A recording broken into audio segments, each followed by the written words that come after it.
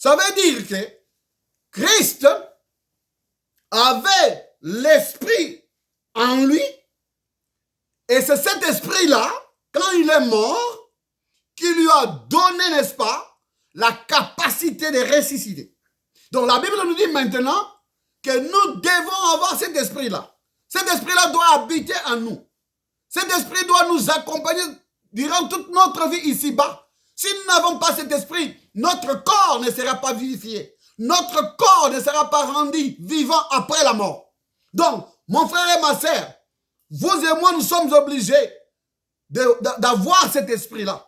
Vous et moi, nous sommes obligés, si nous n'avons pas cet esprit, de chercher à savoir quel est cet esprit-là qui habite en Jésus, dont la Bible me dit que je dois en avoir pour avoir la vie après la mort. Maintenant, mon frère et ma sœur, vous allez me demander, mais qui a finalement ressuscité Jésus? Parce que la Bible dit ici que si l'esprit de celui qui a ressuscité Christ, c'est-à-dire il y a quelqu'un. Il y a quelqu'un, parce qu'il dit que si l'esprit de celui qui a ressuscité Christ. Maintenant, vous allez demander, mais qui a ressuscité Christ? Qui a ressuscité Christ? Les choses deviennent maintenant bizarres et compliquées maintenant. Mais par la révélation, nous allons comprendre ce que cela veut dire. Mais qui a ressuscité Jésus? Est-ce que c'est le Père ou c'est le Saint-Esprit? Est-ce que c'est le Père ou c'est le Saint-Esprit? Et si c'est le Père, est-ce que le Père est différent du Saint-Esprit? Et si c'est le Saint-Esprit, est-ce que le Saint-Esprit est différent du Père? Et si c'est le Père, est-ce que le Père est différent de Jésus? Si c'est le Père, est-ce que le Père est différent? Si c'est le Saint-Esprit est différent de Jésus?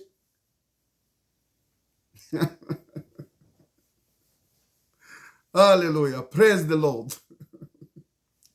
Que Dieu vous bénisse là où vous êtes, mon frère et ma soeur. Maintenant, ouvrons nos Bibles dans le livre de Matthieu, chapitre 1, verset 18. Nous allons lire rapidement parce que nous devons savoir c'est quel esprit qui a habité en Jésus. C'est quel esprit qui a accompagné Jésus toute sa vie. C'est quel esprit qui a mené Jésus dans la tombe et qui lui a donné la capacité de résister de lui-même.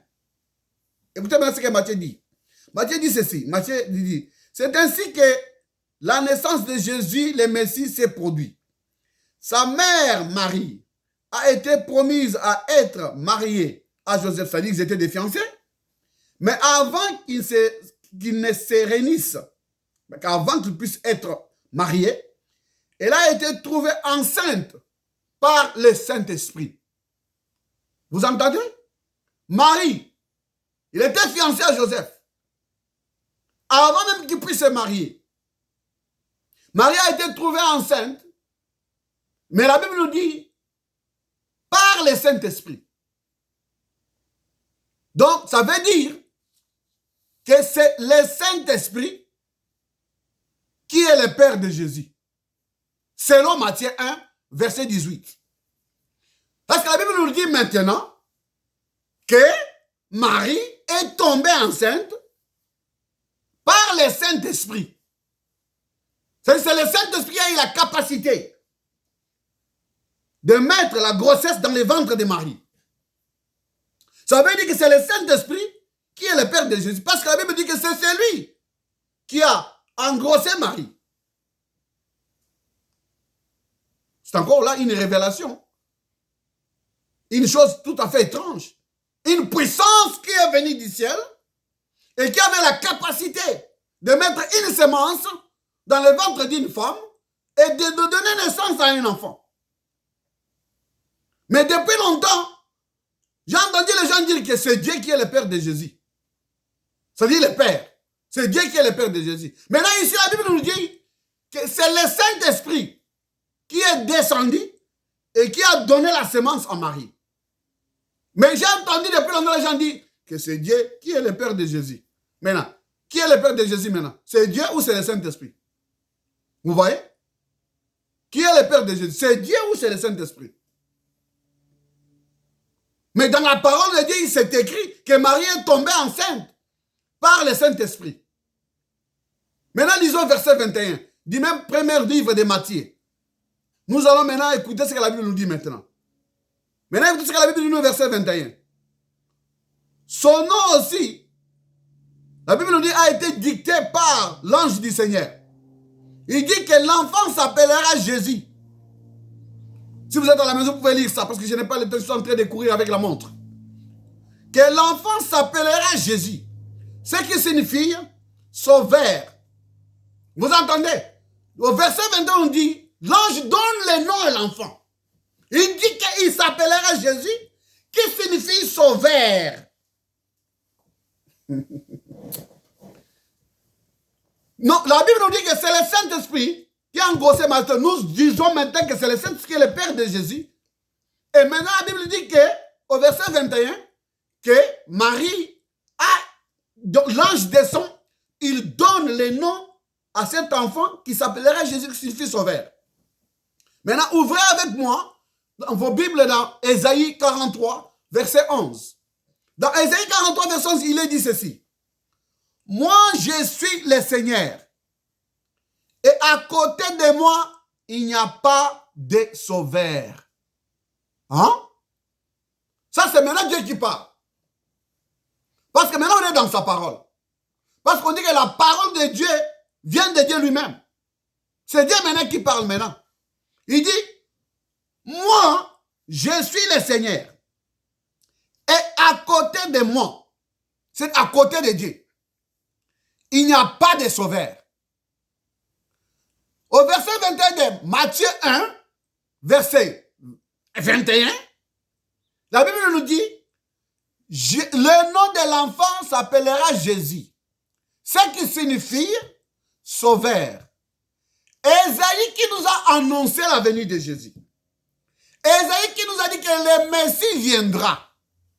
Lui maintenant il nous dit ici, dans le chapitre 43, verset 11, il dit que Dieu déclare que moi, Dieu, je suis le Seigneur et à côté de moi, il n'y a pas de sauveur. Donc, Jésus est le nom terrestre de Dieu. Vous comprenez maintenant? Jésus est le nom terrestre de Dieu. Comment devait-il être le sauveur alors que Dieu lui-même déclare dans Ésaïe 43, 11 qu'à côté de lui, il n'y a pas de sauveur. Donc, Jésus lui-même, c'est Dieu. Jésus lui-même, c'est le Saint-Esprit. Jésus lui-même, c'est le Père. Vous voyez? Donc, il est le sauveur. Alors, on peut conclure, selon Ésaïe 43, 11, qu'il est Dieu. Alléluia. Il est le sauveur. Parce que la Bible dit dans Matthieu 1, verset 21, que son nom s'appelle Jésus, qui signifie sauveur. Sauveur de l'humanité. Vous voyez? Il est venu pour sauver l'humanité. Et Dieu déclare dans Ésaïe 43, Ésaïe lui-même qui est venu nous annoncer la venue du Messie. Il dit, moi je suis le Seigneur. Et à côté de moi, il n'y a pas de sauveur. Donc, Jésus est le sauveur. Il est aussi Dieu selon Ésaïe 43, 11. Et le nom de Jésus, le nom de Dieu terrestre, c'est Jésus-Christ, qui signifie sauveur de l'humanité. Maintenant, lisons maintenant au verset 23 du même Matthieu. Écoutez ce que la Bible dit. La Bible dit, on l'appellera aussi, c'est-à-dire Dieu avec nous, c'est-à-dire on l'appellera Emmanuel, qui veut dire Dieu avec nous. Donc cette fois-ci, le même ange continue à dire qu'il s'appellera aussi Emmanuel. Ce qui veut dire Dieu est avec nous. Quand Dieu est avec nous, c'est-à-dire que c'est un Dieu qui est parmi nous. Vous voyez? Mais comment, lui qui était seulement fils, pourquoi il est qualifié ici d'être Dieu? Ce qui est encore plus réconfortant, la Bible nous dit, ce n'est pas seulement un Dieu qui est resté loin de nous, mais qui est parmi nous. Un Dieu maintenant qui est au milieu de son peuple. Vous voyez? Donc un Dieu qui n'est pas loin de son peuple. Un Dieu qui est au milieu de son peuple. Un Dieu qui habite avec son peuple. Un Dieu qui marche avec son peuple. Un Dieu qui mange avec son peuple. Alléluia. Alléluia. Maintenant, écoutez maintenant.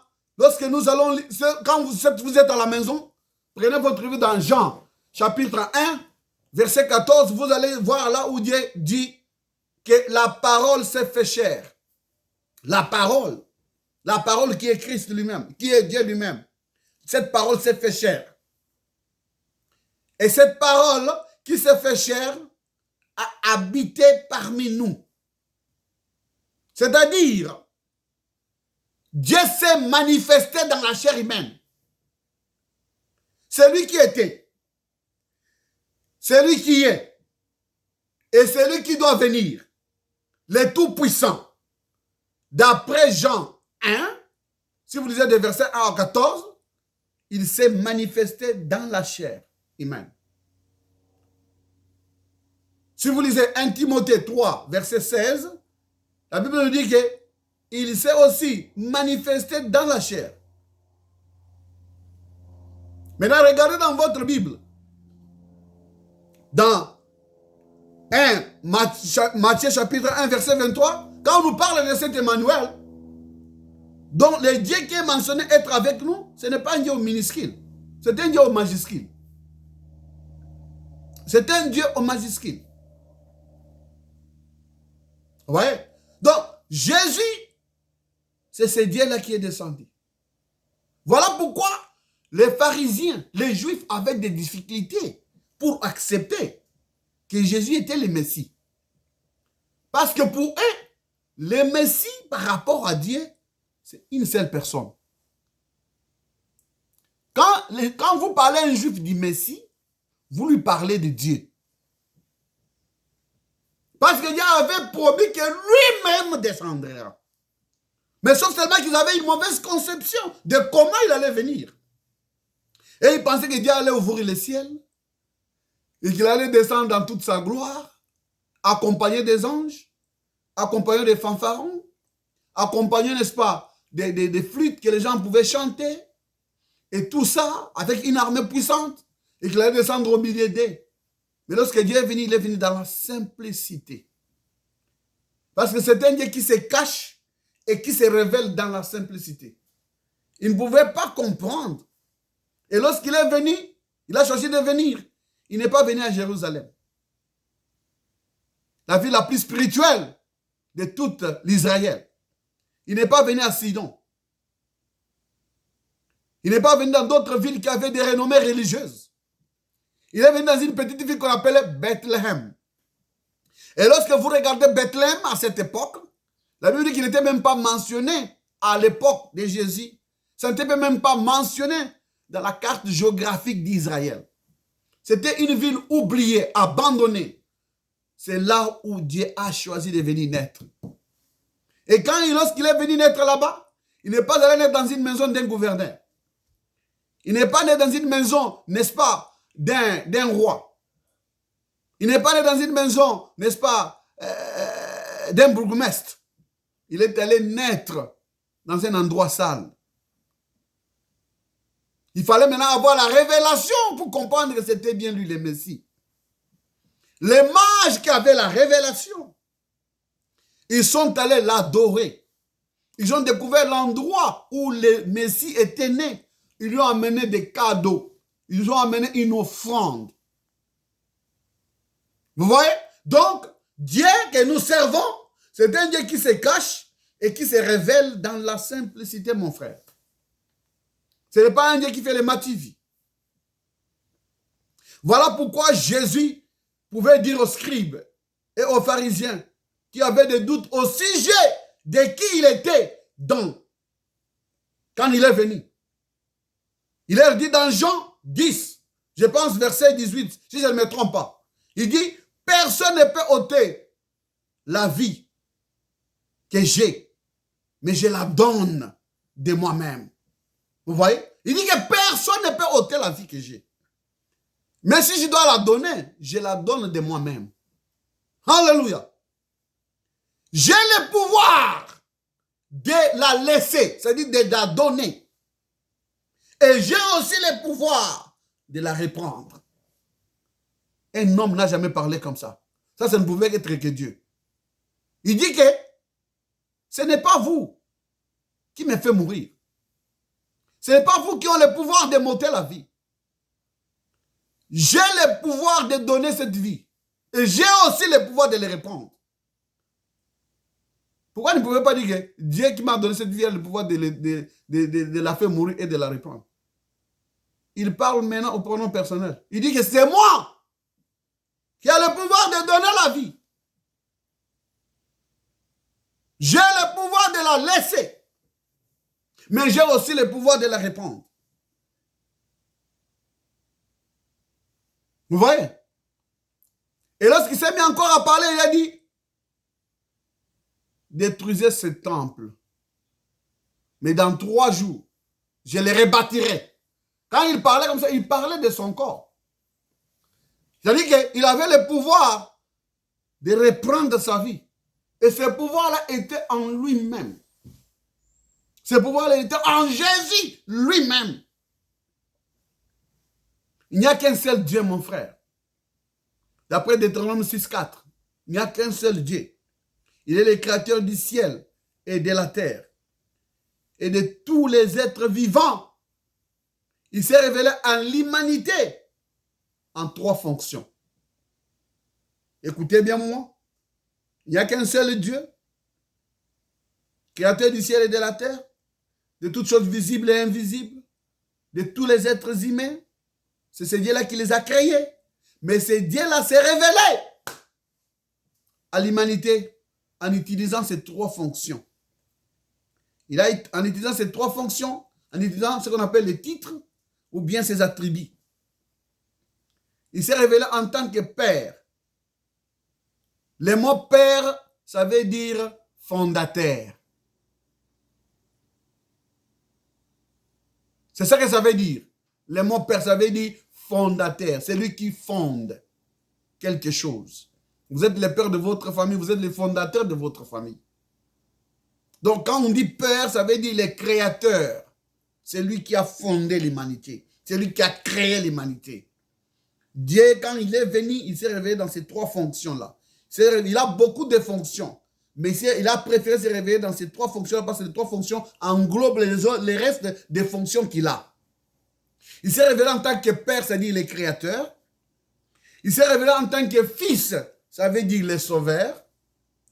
Et il s'est révélé en tant que Saint-Esprit, ça veut dire une puissance d'esprit éternel qui était à l'intérieur de lui-même Dieu. Donc, il n'y a pas 3 personnes en Dieu.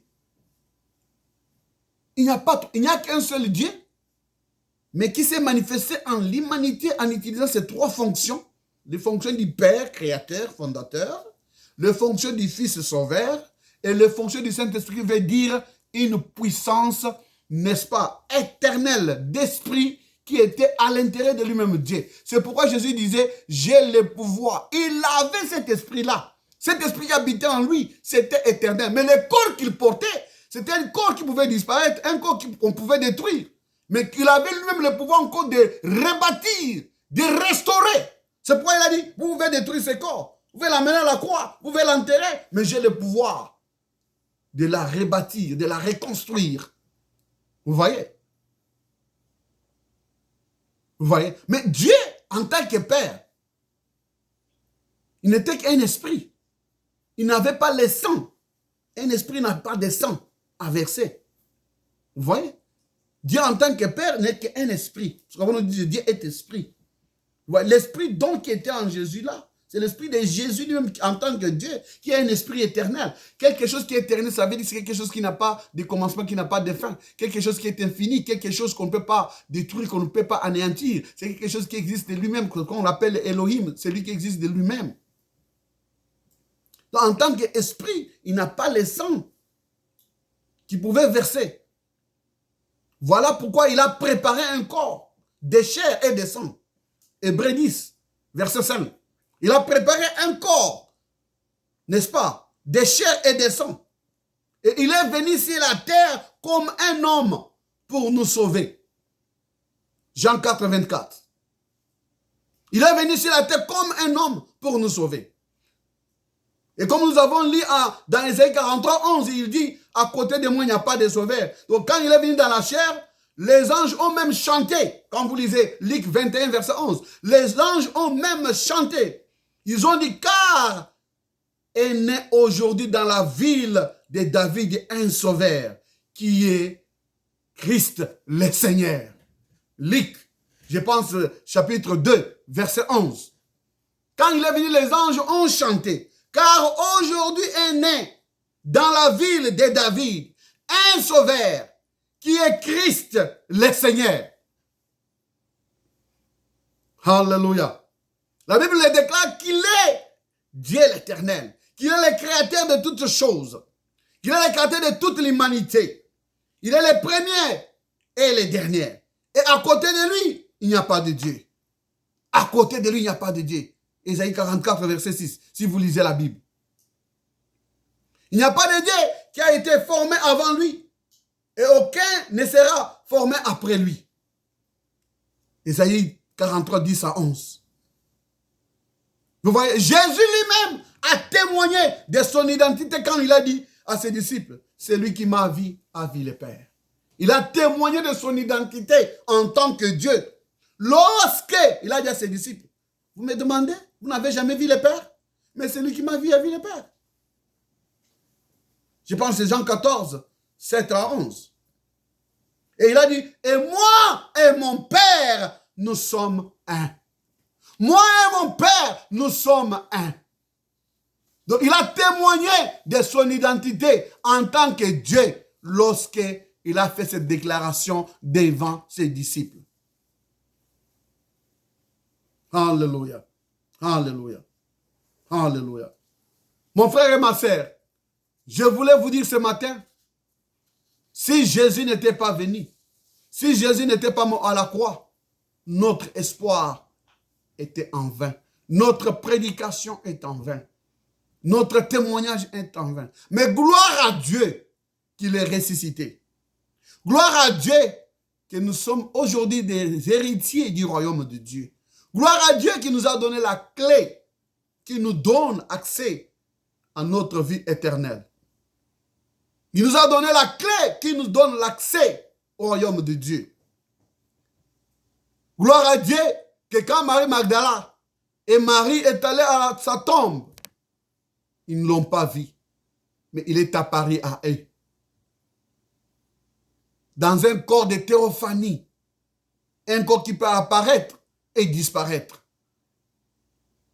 La Bible dit qu'il est le même hier, aujourd'hui et éternellement. Et il a prouvé par sa résurrection. Il a prouvé qu'il a la capacité de donner sa vie et de la reprendre aussi. Il a prouvé qu'il était venu pour une mission spéciale, de sauver l'homme, de la restaurer dans la même condition qu'Adam était avant la chute. Aujourd'hui, il nous a donné la capacité de ne plus craindre la mort. Aujourd'hui, il nous a donné la capacité de ne plus trembler devant la mort. Quand vous, l'esprit qui était en Christ, c'est-à-dire le Saint-Esprit est en vous.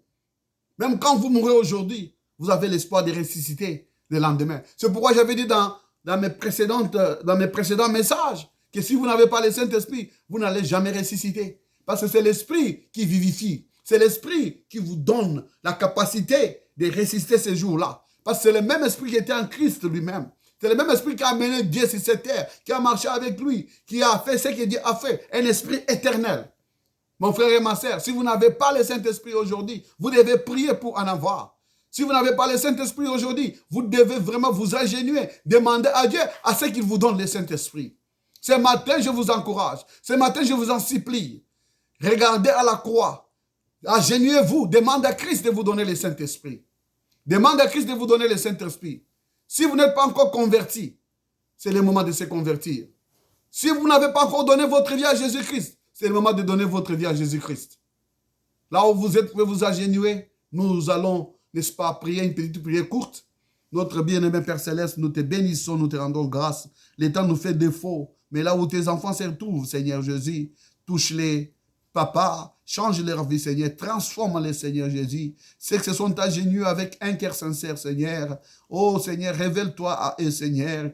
Oh, comme tu t'es révélé à Pierre, comme tu t'es révélé, Seigneur, à tes disciples, Seigneur Jésus, ce jour-là. Seigneur, tu as marché avec eux, Seigneur. Tu leur as donné la foi de croire dans ta parole. Donne à chacun de tes enfants ce matin la foi de croire dans la parole, Seigneur Jésus. Guéris ceux qui sont malades dans des hôpitaux en ce moment, Seigneur Jésus. Touche-les là où ils sont. Tu as encore, Seigneur, ce pouvoir, Seigneur, de guérir. Parce que la Bible dit que tu es le même hier, aujourd'hui, éternellement. Seigneur, bénis chacun de tes enfants. Nous les mettons entre tes bonnes mains et sous la conduite du colonne de feu. Au nom de notre Seigneur et Sauveur Jésus-Christ, nous avons ainsi prié ce matin. Amen.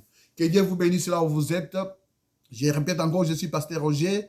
Je viens de l'église Bride of Christ Tabernacle, qui est ici à Massachusetts, sur 459 Broadway, Everett. Si vous n'avez pas une église où vous allez, en tout cas, après cette crise que nous sommes en train tous de traverser, venez nous visiter et puis priez avec nous. Dieu appréciera cela. Ne restez pas à la maison, mon frère, car le temps est mauvais. Je travaille avec Papa Didier qui est assistant et Papa Tom qui est aussi notre conducteur. Que Dieu vous bénisse et qu'il vous donne la joie. Et encore une fois de plus, shalom, merci.